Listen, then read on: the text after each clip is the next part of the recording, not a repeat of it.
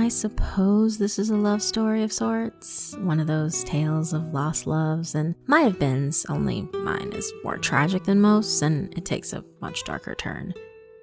Most people don't realize that there are many types of love in the world, some that take a lot more than they give, but despite how things turned out, I'm still glad that she came into my life, and sometimes knowing that a part of her lives on in me is the only thing that keeps me going.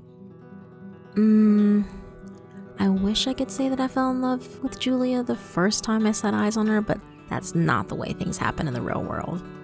We barely noticed each other at first. We both went to the same art college and saw each other around a lot, but we were each too wrapped up in our own lives to pay too much attention to the other. Art college can be a crazy place. Most of the people there are straight out of school with very little life experience, yet they're expected to produce meaningful works of art that say something deep and profound about the human condition. So, a lot of the people you meet tend to overcompensate for this by exaggerating their personality, trying to become louder, more outrageous and eccentric to convince people that they are interesting and different enough in themselves to be worth paying attention to. Sorry if I sound a little jaded here, but while it's entertaining at first to meet all these supposedly larger-than-life characters, believe me, after a while it gets old pretty quick. You meet so many of these self-consciously artsy type people that you soon see everything they do is just a cry for attention. They're all style and no substance, and for the most part, they're a lot less interesting than they think they are. There's nothing beneath the surface. Julia, on the other hand, was a different kettle of fish entirely. I think that's why I never really noticed her at first. In a sea of students all trying to be as different as possible, her quiet, calm, and understated manner went entirely under my radar. But as time went on, we began to run into each other more and more, and I slowly became to appreciate her for what she was. A genuine, bright, witty, and caring person, with a profound sense that life was a mysterious and magical thing, and that art might be the best means to plumb those ineffable depths. There was no whirlwind romance or dramatic confessions of love. We just seemed to drift together over the weeks, like planets trapped in each other's orbits. We went from acquaintances to friends to best friends, and soon we were spending almost all our time together. I don't even remember when we first became lovers, as it just seemed to happen so naturally without either of us having to consciously decide on it. It was as if we both shared the same skin. For a time, things were perfect. When we were together, things felt easy for the first time in my life. I didn't care what other people thought of me, and I'm sure she felt the same. As long as we had each other, we didn't need anybody or anything else. Even as it was happening, I think a part of me knew that it couldn't last forever. Perfection never does. Still, I could never have imagined the way in which it would all fall apart. All over such a small thing. Such a tiny thing. I thought nothing of it at the time.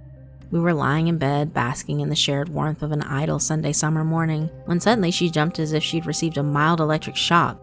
"What's the matter?" I asked offhandedly. "Nothing." She rubbed a patch on her stomach. I think something just bit me. "Let me see." There was nothing there, just the usual warm, pink expanse of skin. I've been over this moment in my head countless times since then, but I'm positive there was nothing to see, not so much as a pinprick. As the day went on, however, she kept worrying at it, scratching at the same spot until the skin was red and raw looking. "Itching will only make it worse," I warned her, but she couldn't leave it alone. She hardly slept a wink that night.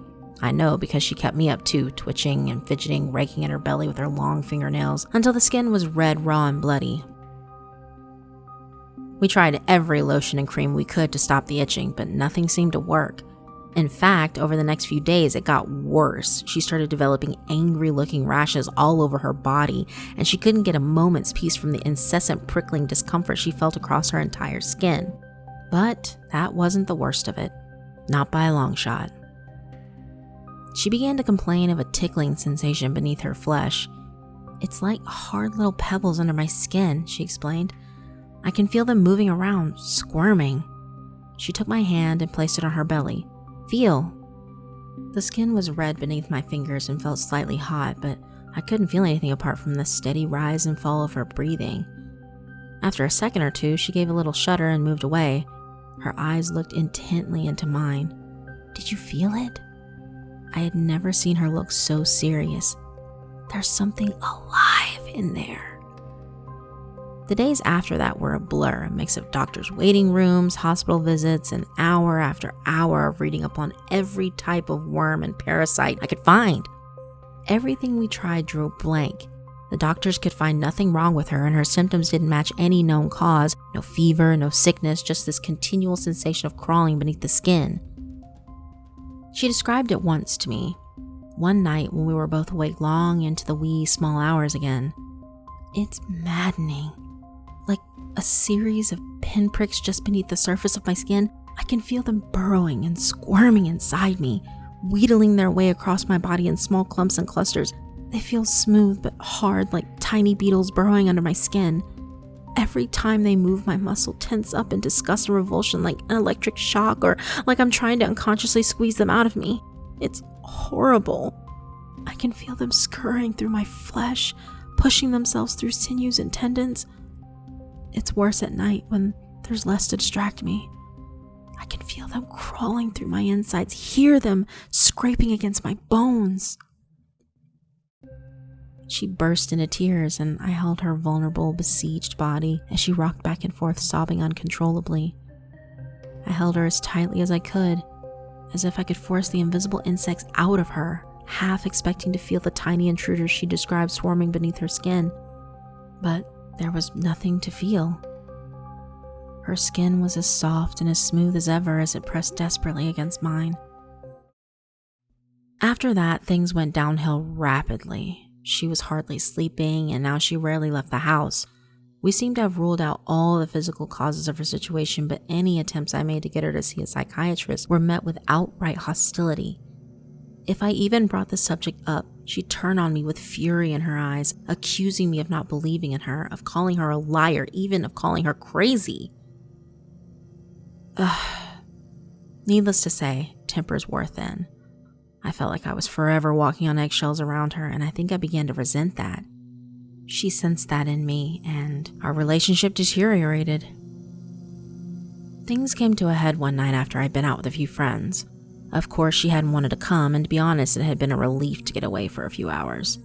But when I returned, I came back down to earth with a sickening crash. I found her in the bathroom, naked, lying in the bath.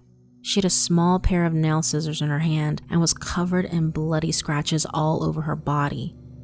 She had been trying to dig out the insects she believed were burrowing beneath her skin. She was very drunk and barely coherent. The cuts weren't deep, but they crisscrossed almost every inch of her, including across her face and hands. A mess of blood and tears, she kept mumbling apologies to me as I tried to clean her up as best I could. That did it for me. I finished with her the very next day. Looking back, I have no idea how I could have been so heartless, so cowardly, but I thought I had to leave for the sake of my own sanity. I still loved her, but I just couldn't handle the situation. For the next few months, we avoided each other. With the college campus being so small, it was no easy job. I heard from mutual friends that my leaving seemed to have made her less of a recluse.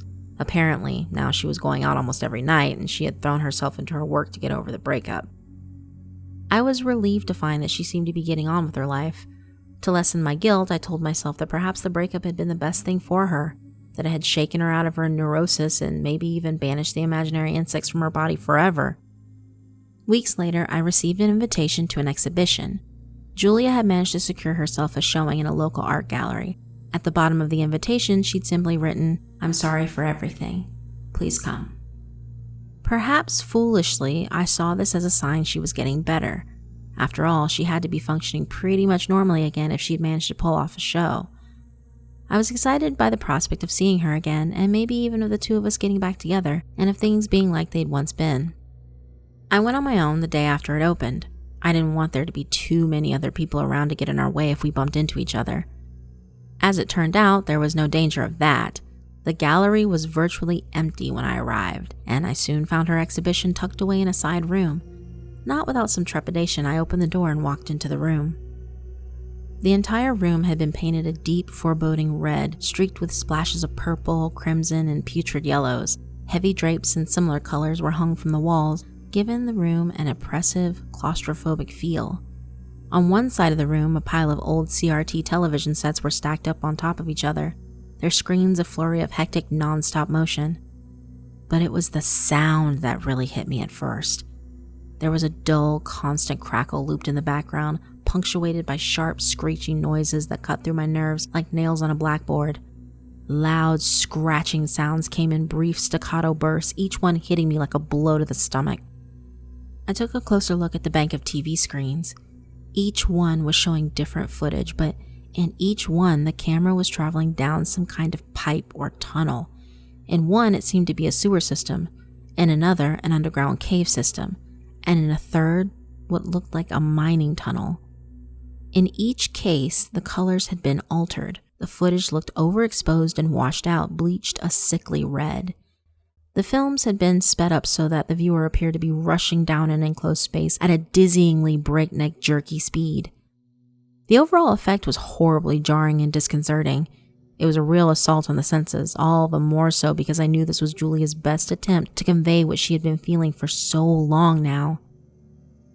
Standing there, in that womb-like room surrounded by a cacophony of grating noise and a blizzard of unsettling images, I got my first real taste of what life had been like for her day in and day out for months now.